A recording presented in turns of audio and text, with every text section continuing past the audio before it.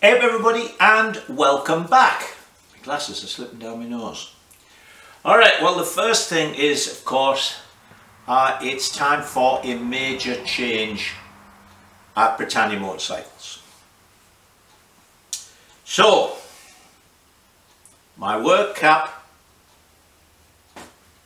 is out of here. My Sunday best cap is now my work cap. My daughter sent me a nice new Sunday best. So there you go. Quite jaunty, eh? Alright, so what's happening? Well, as often happens when people offer help, very little materialised on Sunday. One friend and his wife came, and luckily he's someone who has some woodland on by his house and he burns wood, so he's a dab hand with a chainsaw. So a couple of the really big things that I thought we wouldn't be able to deal with and that I'd have to sort of reroute, he just looked at him and said, nah, cut that out.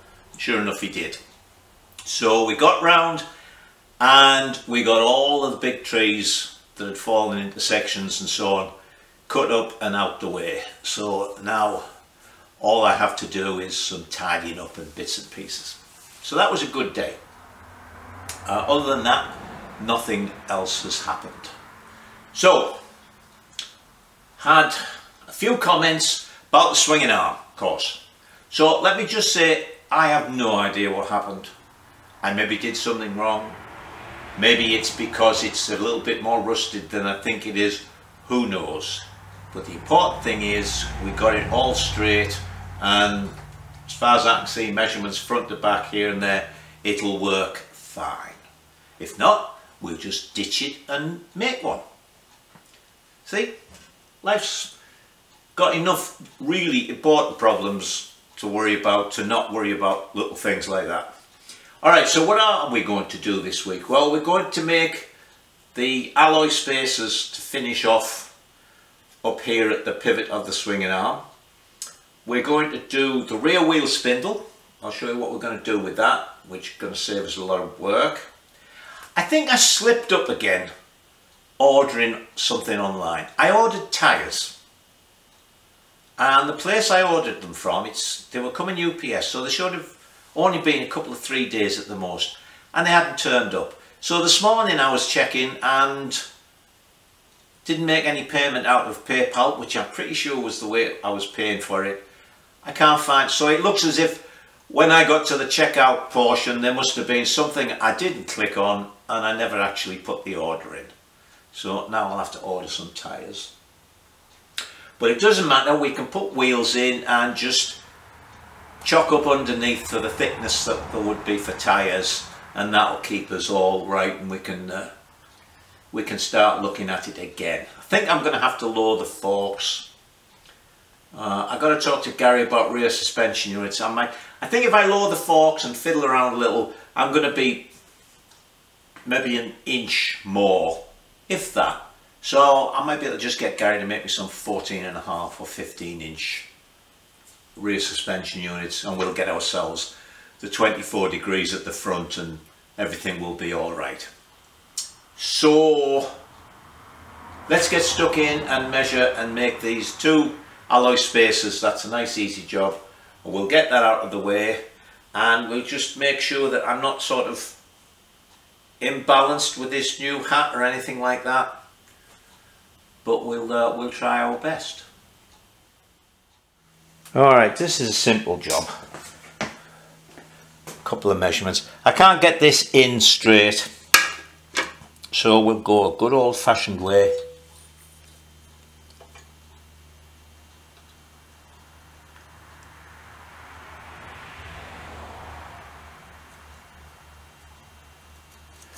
Get that like that.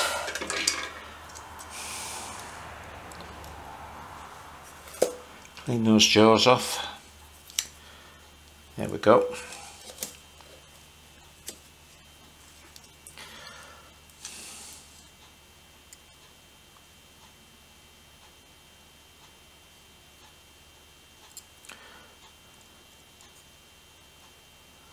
.605.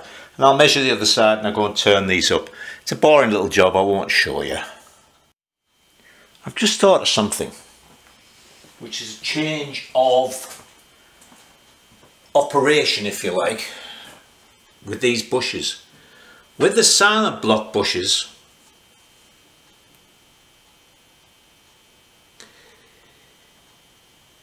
like the wheels spindles with the inner race and the bends, we had solid connections, right?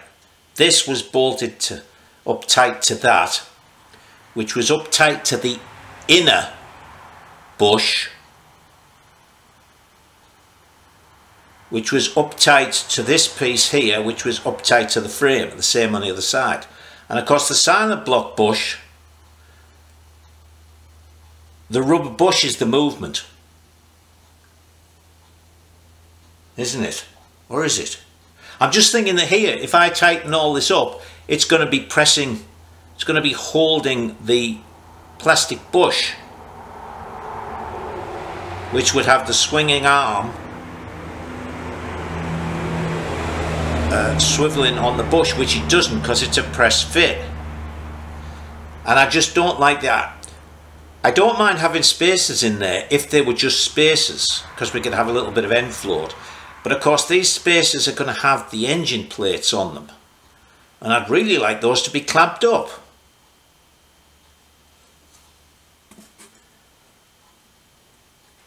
I'm wondering whether I should make some steel spacers and weld them here so they become part of the frame, and then just put some lugs on those for the engine plates to mount to. I've got to give this a minute's thought.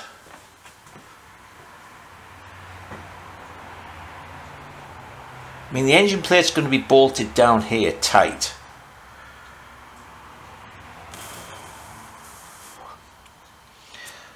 Unless I weld something on there to make the other engine mount, rather than using these and then just make alloy spacers for there just to take that up. Let me think about it. Right, I've decided what I'm going to do. I'm not going to do anything. I'm going to leave them till last. We'll do the wheel spindle. We'll get the back wheel in. We'll see where the chain line is on the back wheel. What I'm going to do is put the empty engine cases together to see where the sprocket is going to be.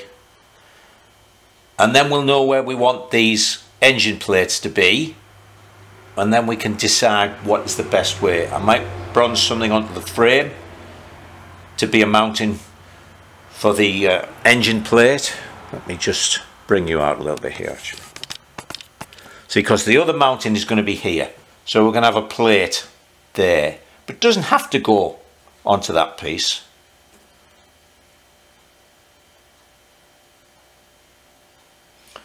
And actually, if I made that out of steel, so it's welded there, it would also be more of a support for this. But anyway, we're going to leave all that in abeyance till we know where things need to be here. So let me show you what I'm going to do with a rear wheel spindle. Alright, so the wheel spindle in the Greaves wheel is 1/2 inch. So consequently these are 1/2 inch slots. Now I could open the slots out, or what I could do, because this is a 14mm wheel spindle, which is the right size for the bearings, is I could turn that down to 1/2 inch on both sides, just to there, so that would fit in and be in there exactly right.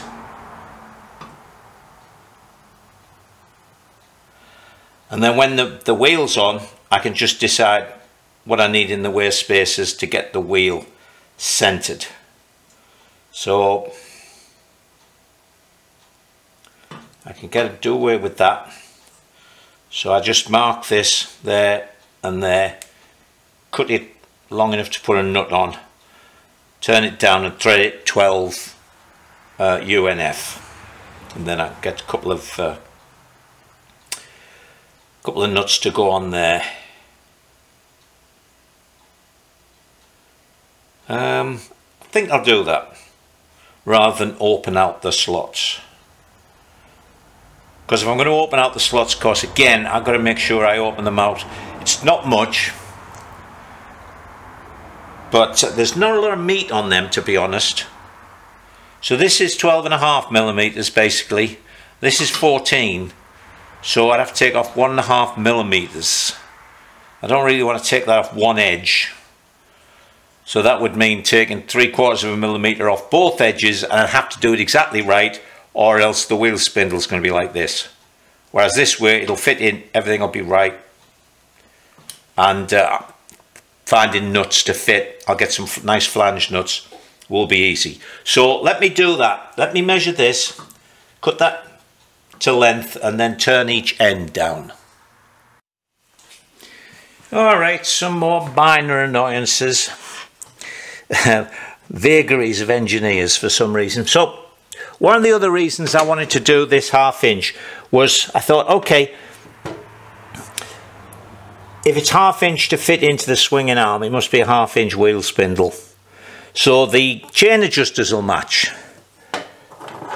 But you'll notice the two holes are different sizes, and oh, there it is. There's the nut off the back wheel, so it's got a shoulder. But even this, so I thought, okay, that's fine, because the wheel spindle has a nut on one end and a knob on the other end. So I thought, okay, one end is going to be 1/2 inch and the other end has got this bigger piece to go there, right? But even that is a lot more than 1/2 inch. So they're BSC 1/2 inch, which means it's 20 threads per inch. The BSC's coarse one, not 26 but 20. And BSC, of course, is a 60-degree angle, thread angle. Unfortunately, UNF 1/2 inch is also 20, so a UNF nut will fit BSC 20 perfectly. So I've got these couple of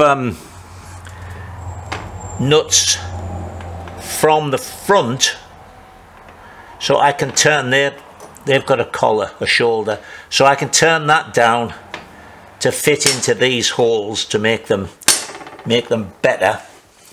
And even them, look at, see that? Why they didn't think it's very economical if we make all these things the same size. You know, everything's got to be different. So I don't know whether to drill that out to the same size as that, because that is only just a little bit bigger than this, so it's probably going to have to turn that too small. Does that fit in there? This for some reason has got a burr in it. See, that just doesn't quite fit in there.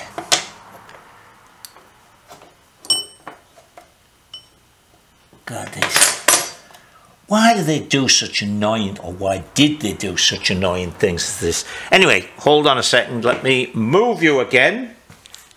You ready for this?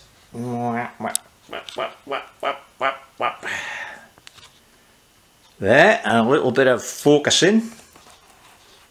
Oh, I went the right way this time. So now you see, that fits in there.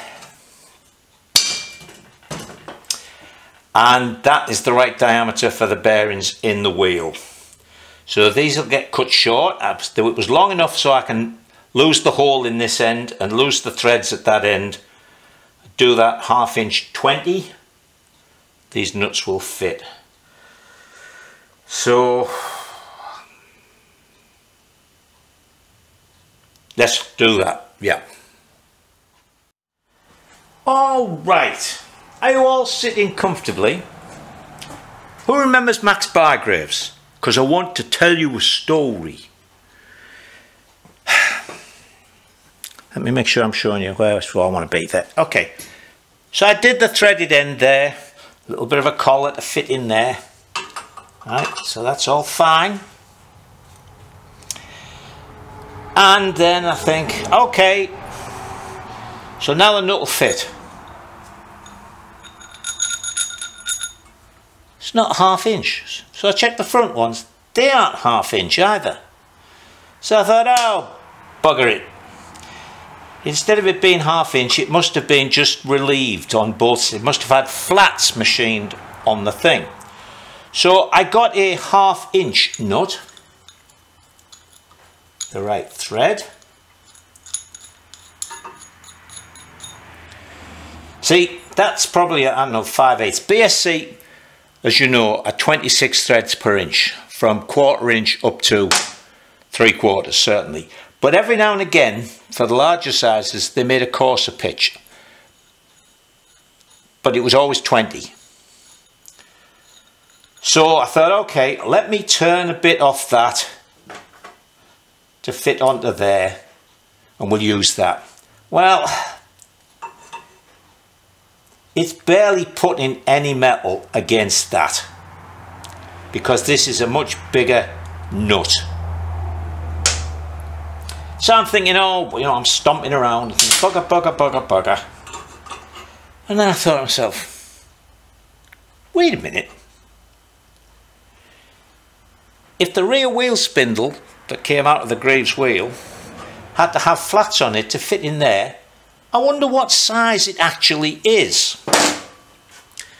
So I went and got one, or got it. And there it is, you see, with its flats at both sides. Well, that thing's covering it there, but it does have flats on it. Okay, get that space off. I'm getting dirty again. Let me get this grease off here.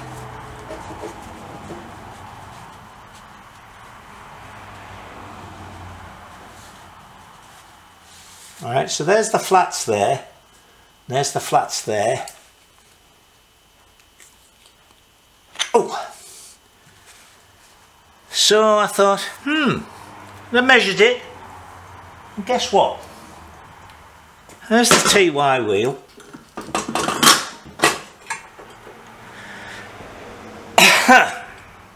The Greaves spindle fits straight into the TY wheel. So I've just spent some time fiddling around when that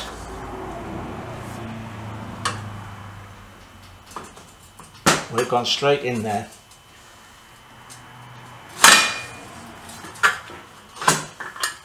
Like that. What do you think of that, people? What time is it? 12:30. Well, let me clean this spindle up, and so yeah, let me get that out of the way. Isn't that a bugger? Because I didn't check. So that presumably, yeah, is the right size to go on that, and that of course is the right one to go on there. Well, bugger that for a game of soldiers, eh? Alright, let me get this cleaned up, and then we can put that back wheel in there and start playing around with chain lines and things. So that's the wheels in, and they're chopped underneath the right height to give me the 13 inches to each wheel spindle. I've put in a 14-inch unit, at least I think it's 14 inch. Oh, couldn't see the tape for looking there. Well, that's 13.5. So we're a little short of there. I just checked online with RockShox, and they make them up to, I don't know, about 16 inches long. But that look, well, I don't think you can read it, but it's just over 28 degrees. So that's no use to it, me at all. So I've got to pull that in another 4 degrees. Drop that. I'm sure I've got, let's say, I know there's only about 5 inches of ground of travel, but that's 8 inches that could come up to there. So I'm thinking I could probably safely drop that. Actually, I don't know if I can drop it a full inch without it going off the 35mm part. But anyway, I'm going to drop them down and we'll kick the back end up and see what that's like. So let me do that and then I'll bring you back and we'll take a reading on the fork angle. So now I've dropped the front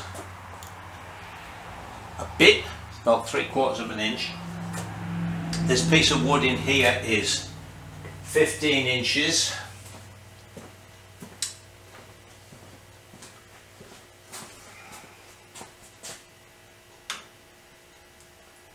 And we are reading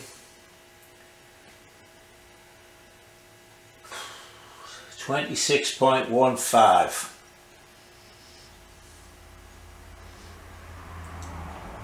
Which is, I think, round about what the standard Enfield is. Let me just walk out of view here and check that.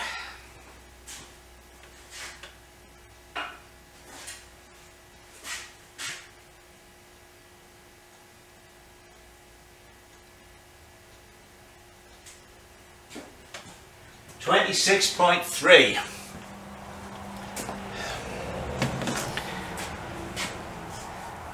I think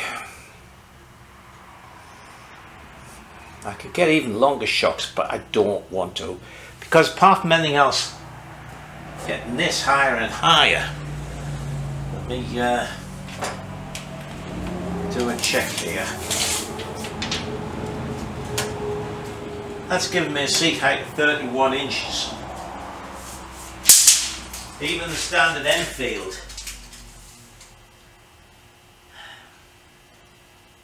The frame there is actually only 28, it's about 30 inches, so I don't really want to go any.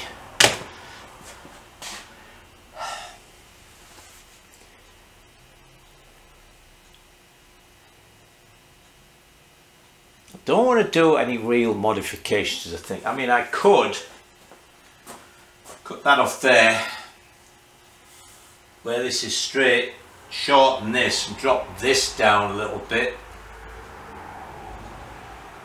and then with the same length suspension units I can cant it over that way without raising the seat up anymore.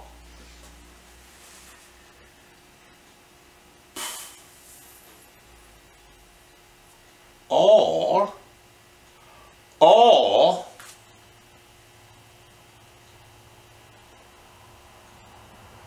this, of course, isn't fastened in here. I could put a little bit of a bend in that, couldn't I? Bring the head round a little bit. Try a little bit of the flame straightening down there. See if that'll pull that round.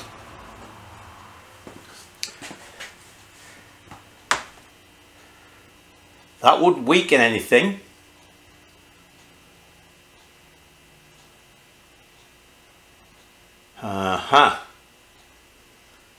What do you think? Worth a try?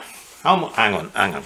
But we've got to make sure we don't, because we can't change this at all. We've got to make sure we've still got room for the engine in. Tell you what I'm going to do. Let me put an empty engine together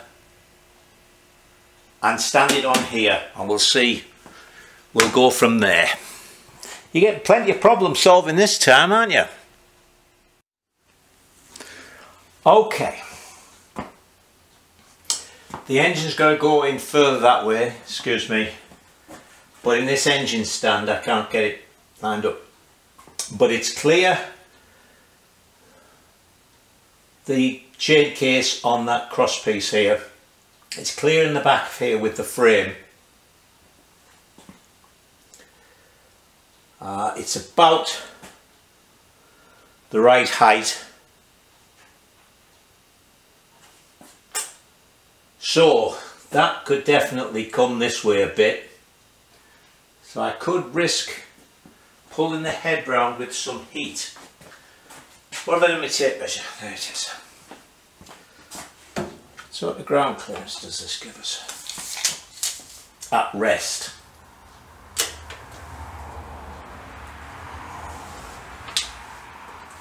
Well, 12 inches.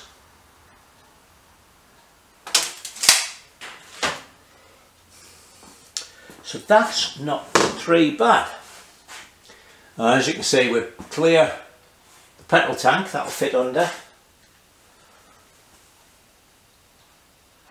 I think we're going to see if we can put a bend in that with some heat.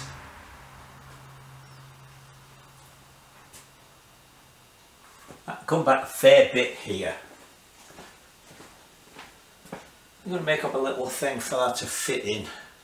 Yeah, and I've got plenty of space round there. Nothing's going to hit anywhere.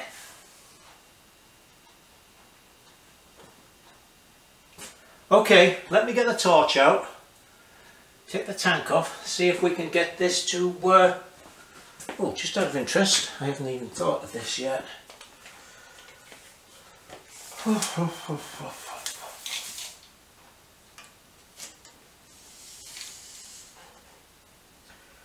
51 inches. That's with the back wheel all the way in. So we're going to have our right wheelbase.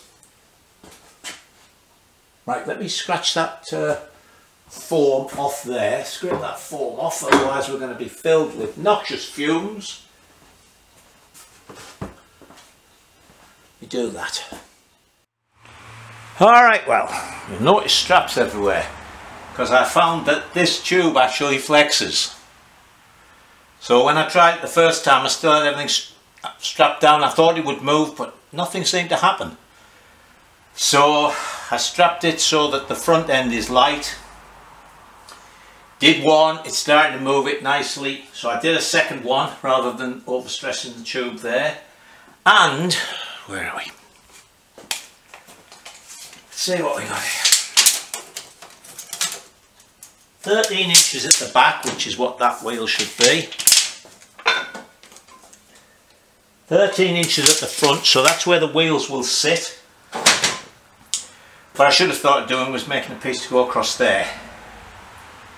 So I think of that. Anyway, I don't know, can you read that? 24.4. That'll do. Don't have to mess around anymore with that. So that worked out fine, but we're going to have to get like 15-inch units for the back. That's okay, don't mind that. Still a bit annoyed that, yeah, it's 32 inches. But hey, we're not building something one-off, as I mentioned before. This is very much, it's like with the BSAs, we're making what mods we can.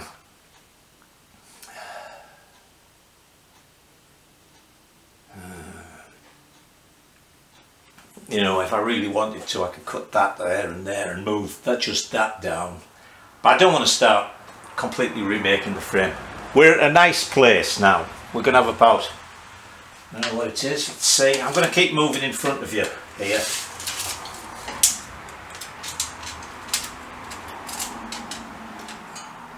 We're about a ½ inch there. And that, good, that's reading 50.5. We're down to about a 50-inch wheelbase, so even with the wheel right back to do the chain, we're going to be about 51 inch. So it's nice and short. It's got a good fork angle. Right.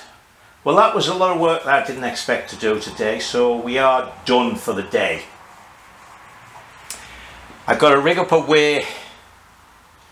I'll chock under the front wheel so that the bike can't spread out, because then I've got a better stand to put the engine on. We're going to put the engine in and see what's what there, but that is for another day. Alright, little bit of bonus video sort of thing. I was spending the day out on the tractor moving stuff. I came out for an hour and then I set this up and thought, oh no, I want to film this. So what have I done? I measured from there to there, the way it was supported in the middle and everything like that. Then I put it back down on its wheels, but I've got a strap between the two wheels holding that so this top tube doesn't flex, and that's the same. Okay, now let me move you round. And now I've gone all high tech and I've got the laser out that I bought. I'm setting this up vertically, setting the wheel on the center line, and then I'm going to measure and make up some spaces. They may just be temporary spaces, but I can put the engine where I want it. So the easiest thing is to put the wheel in central and go from there. Okay, I've got plenty of, this is actually an original TY250 sprocket, so it's dished outwards, and I've still got plenty of space on the inside of the swinging arm. That wheel's as far forward as it can go, so I'm just setting everything up.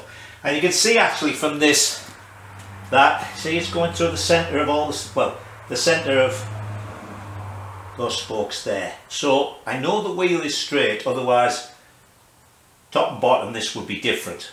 So it's not cocked and it's not that way on, otherwise again the laser would wander.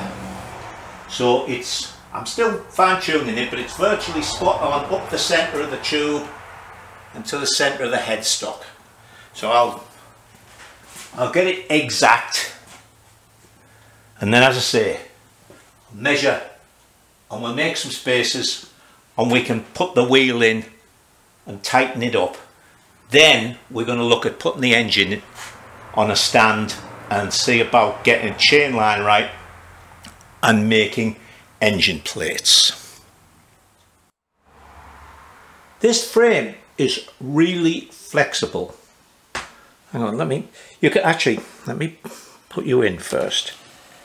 Look at that, 25.8. Do you remember we were what, 24.4?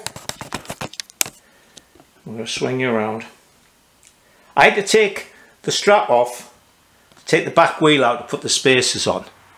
So what I did was I jacked it up here so that it wouldn't be. And now when I've got the wheels in and set everything up again, it's gained 1.4 degrees. It's just flopped out like that.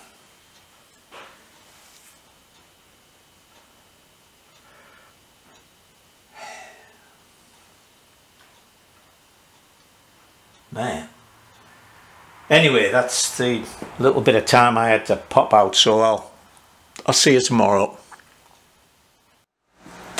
Hello again. It's Saturday, so we're in the last bit of what we can do this week. Now then, as you can see, put the front wheel in. That's exactly centered now. Finalize the spacers. Put the tyre on. I've got this set up so that actually with the tyre pumped up hard, the wheel spindle's 14 inches up. So I've got the back wheel spindle set at 14 inches as well. I've actually got a pair of handlebars on, which I think are out of frame. I modified my engine stand. Well, I say modified it. I cut the upright off, and what I've done is I've made a sleeve so I can put the upright back on there to be an ordinary type engine stand. And I've got everything set up with this engine. Let me take you around the other side. Right, it's slightly obscured by my wooden rear suspension unit, but I've got a piece of plate bolted on there. That's what the diameter, well, the radius I should say, of a 60 tooth sprocket would be, and I always put 60 teeth sprockets on with the BSAs because it works out nicely for all the gearing. So that's given me where the chain line will be on the wheel. I put the old bearing back in and a bit of the main shaft so I could put a sprocket on. So that's the right size sprocket and now I've got this on there, so I've just adjusted it so it's just clear of the swinging arm there, and we've got about 1/4 of an inch clearance between the back of the gearbox and this frame tube. We're clear of the swinging arm, but the chain case is going to hit that, so we'll have to modify this. This is just for the cable, right? The rear brake cable. We can cut that off and move it round, or maybe just cut a little pie piece out of there and swing it out. It's just in the way for the chain case. I've got about nearly an inch clearance between the front of the engine and the front of the frame. That's vertical. Let's see if I can get round you without bumping into you, because I want to go and get the tank. Alright. So everything is more or less lining up. I'm still fiddling around, which is why it's got the Saturday and there isn't been a lot happening. I think we're still... Oh yeah, we've still got lots of clearance for the tank.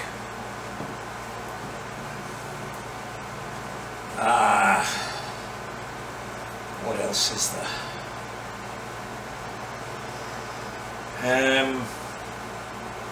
Can't think of anything else offhand. So I think what we're going to do next, well, yeah, I won't move you again. You can take my word for this. It's not, well, it is down. Let me slacken these tie down so it's not,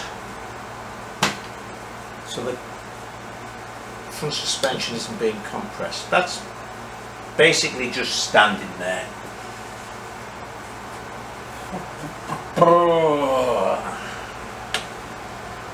know I'm going to be horrified at what this is settled at. 26 degrees.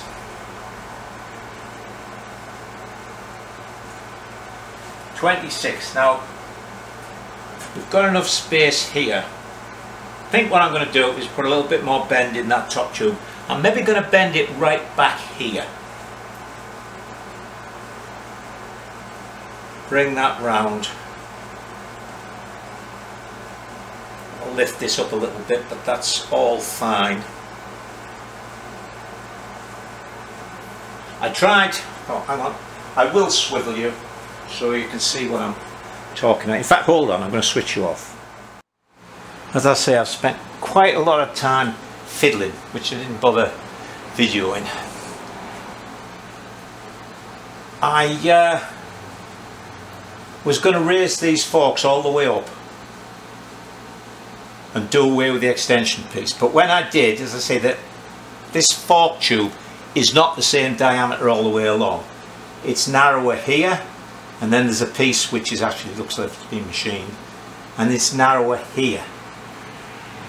If I pulled it all the way up, we went right past this piece, and I just didn't like it. So I've got it with the fork sticking up a ½ inch. So that's given us about a ½ inch extension. Where's my tape measure gone? Oh, there it is.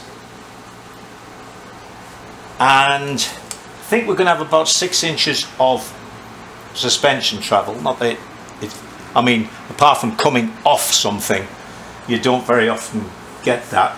So we need enough space here for a mudguard as well. So we're about, see, as I say, this tyre is about an inch. Well, no, it's about an inch more than it would be. That tyre would be squished down like that with the right amount of air pressure in it. So we're just about right for clearances, for mudguard that won't bung up with mud but isn't too high, etc, etc. So we're about right, I think, completely at the front. And that is still clamped onto the wider part. It's annoying. If only they'd made this 35mm all the way, then it would have been so easy to deal with. Otherwise we'd have to start making sleeves to go in here, and and as I say, it's, you know, it's negligible. Hold on, I'm back. So as I say, that, let's say it in millimeters, that little bit there is 35, well it's 34.86. But if I pull the forks up so I come down onto this,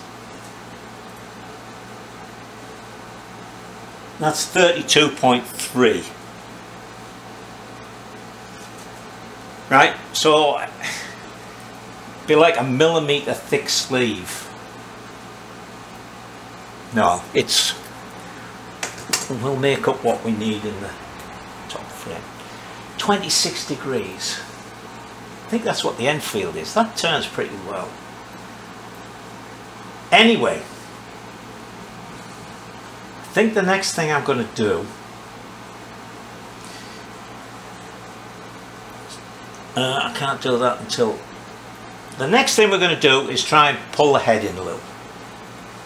I'm not going to put too much effort into that. If it doesn't work, it doesn't work. And the other thing is, I'm always worried if I'm just doing one tube like this, that I not only pull it in a bit, but that I might get it slightly out of line, and then suddenly of course the front end isn't lined up with the back end anymore. So we'll pull that in, do that this afternoon, it's coming up to lunchtime. We'll have a go at pulling that in till we know what it is and we're happy with it. I'll either say, great, you know, it's exactly what I want, or that's as close as I'm going to get. Going back to our rule, you know, you get it 95% right and you think, oh, I'll just tweak it that bit more, and suddenly you're only 60% right. I'm waffling. So if we get that done, then I can cut these engine plates. I don't know, can you see that? Just an engine plate to the front. Now the way I've got this engine stand made now, I can make the front engine plate, I can make the back engine plate, then the engine's going to hold everything where I want it to be. Then we can make our bottom tubes. Alright, so let's go and have some scran. Right, well, I've had my toasted cheese and Branston pickle sandwich. What shall we do?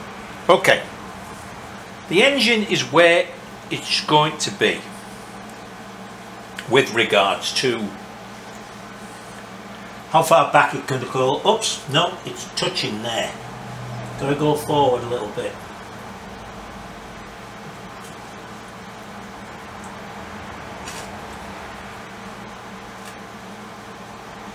That'll be about like that. So that only gives us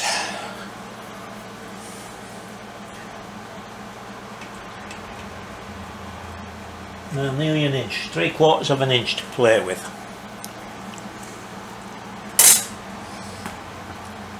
Because see, if I bend the top tube, that is going to come this way. So I could bring this way 1/2 inch maximum. Yeah, I probably don't need quite as big a gap as I've got back here, and I've got plenty of space under there, which are the two places it can touch at the back. The gearbox casing on the bottom tube, the bottom of the frame tube there, and the chain case on the equivalent of that there at the back. So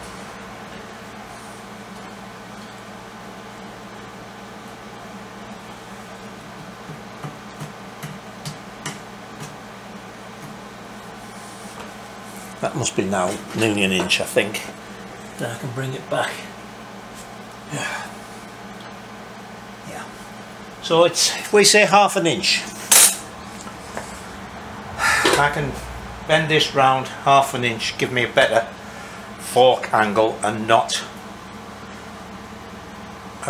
make any problems. Actually, just looking at this, you know, I think with a plate, front mounting plate, a detachable front mounting plate, I can actually weld the back mounting on to the frame there. I don't want to have plates going all the way down there. I think it would be a bit, no need whatsoever. So that's where I'm going to do it, I think. So I know I can bring it back 1/2 inch, going to move the engine out of the way and we're going to measure from the bottom of there to the bottom of there. Then that's the measurement because this won't be here to check. But if we assume we could bring that back half an inch as well, move this out of the way, what I'm going to do, I'll show you anyway when we get close. So let me take this out of the way and get things organised. Right, so there's the engine out of the way. What I'm going to do is measure, tell you what, we'll measure from there to there. That's a nice easy one. Okay.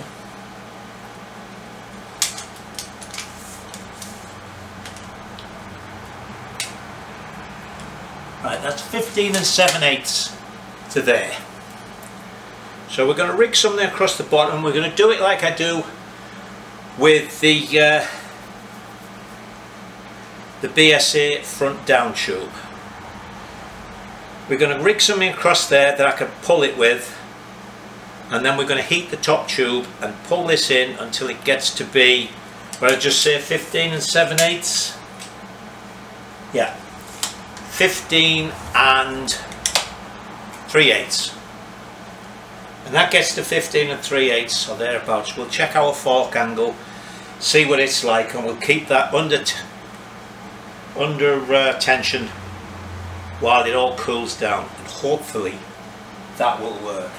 So let me do some more setting up and I'll bring you back yet again. So this is the plan, and as usual it'll either work or it'll make a complete pig's ear of everything. But then that's what this channel's about, isn't it? What is it? He who dares wins. So I've got a ratchet strap. Normally I don't use ratchet straps because they're a pain in the arse. I use the sort of friction tie down ones, but here I needed something to pull, and I was trying to think of ways to do it, and I suddenly thought, hopefully rightly, that if I fasten the two wheels together I'll be pulling straight.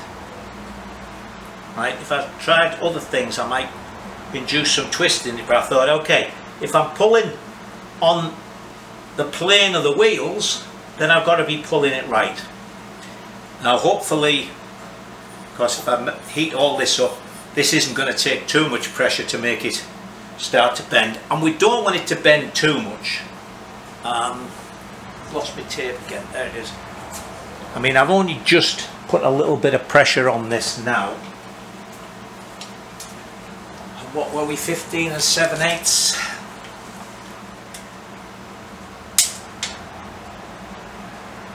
See, it's 15 3/4 now. Just putting that little bit of pressure on, that little flex has brought us in 1/4 of an inch. I'm going to walk in front of you, hold on.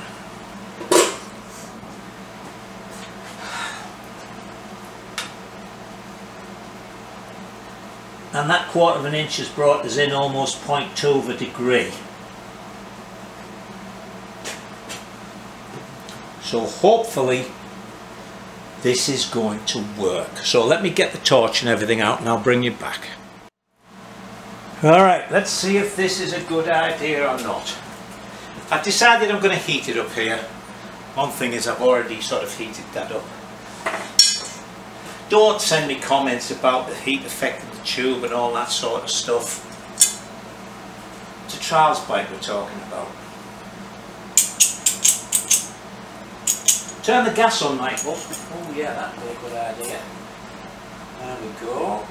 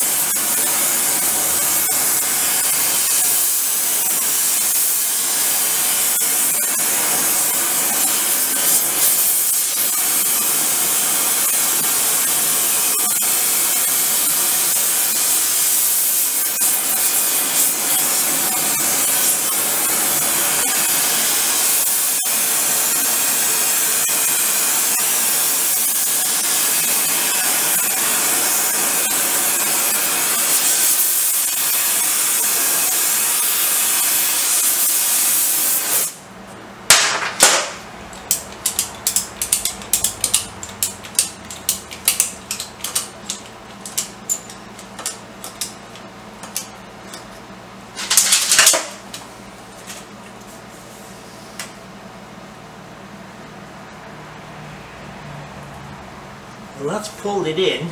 It's pulled it to 15 1/4. Hang on, there's going to be a little pop. That's pulled it into 15 1/4. Where did I do? Oh, there it is.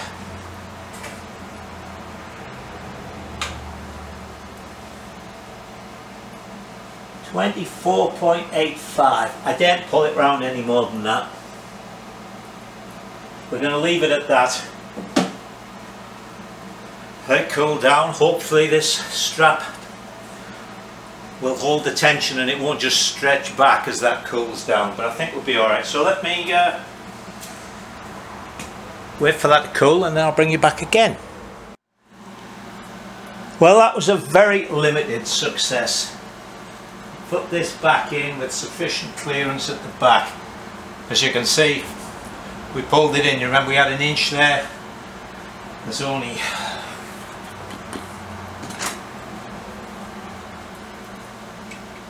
there's only a ½ inch there, so we pulled it in the ½ inch and, excuse me,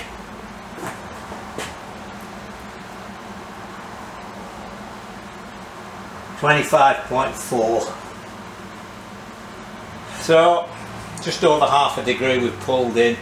It's a lot more than a lot better than it was. I mean, when I first put the wheels and everything in, it was like 28, 29. So up in the back end a little bit, dropping the forks, all this sort of thing. We've pulled it back to be something like, and I guess the wheelbase is going to be quite good. So, excuse me, I think it'll be reasonably nimble. 50-inch. We've got a 50-inch wheelbase. Okay, the other tyres just came. 3:30 Saturday. Oh, bugger it, that's as much as I'm doing. What have you got, 40 minutes? Whatever. So anyway, next week we'll set to. Did I tell you Linda's away for the week? She's gone off to the Adirondacks with her daughter from Baltimore, that family. So we will make up that, get our chain line right so we can space this appropriately. We'll make a back one, and when that's all bolted in nicely, we'll take this away and we'll see what we can do underneath. Alright, so yeah, it's not going to be bad. 25.5, as I say, the big end feels 26, and it's surprising how I can turn that. And if I can turn it, then not anybody else can turn it even better. So I'll put the other tyre on the back wheel. That gives us a much better stance. I don't have to mess around trying to guess. Can't remember how I did it this time, because I think, as I say, with more pressure in, this wheel is higher. Yeah, this is reading 13 3/4. Excuse me. And this end is actually the same, 13 3/4. So that's about sitting how it will do when it's got both tyres and it's down flat. Now then, what have we got for ground clearance? Now, as per usual, actually this sticks out a bit more.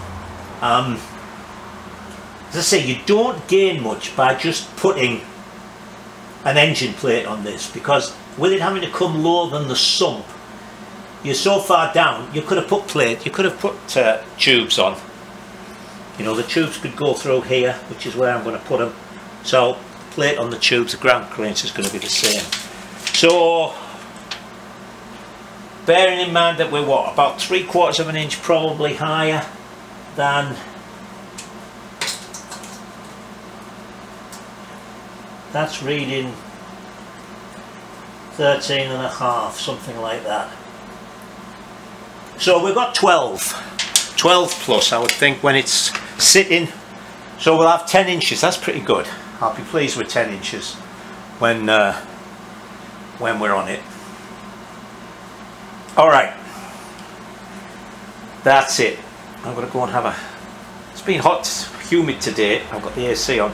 Alright anybody, as I say, I'm rambling again. I will see you next week, and until then, you stay safe and enjoy yourselves.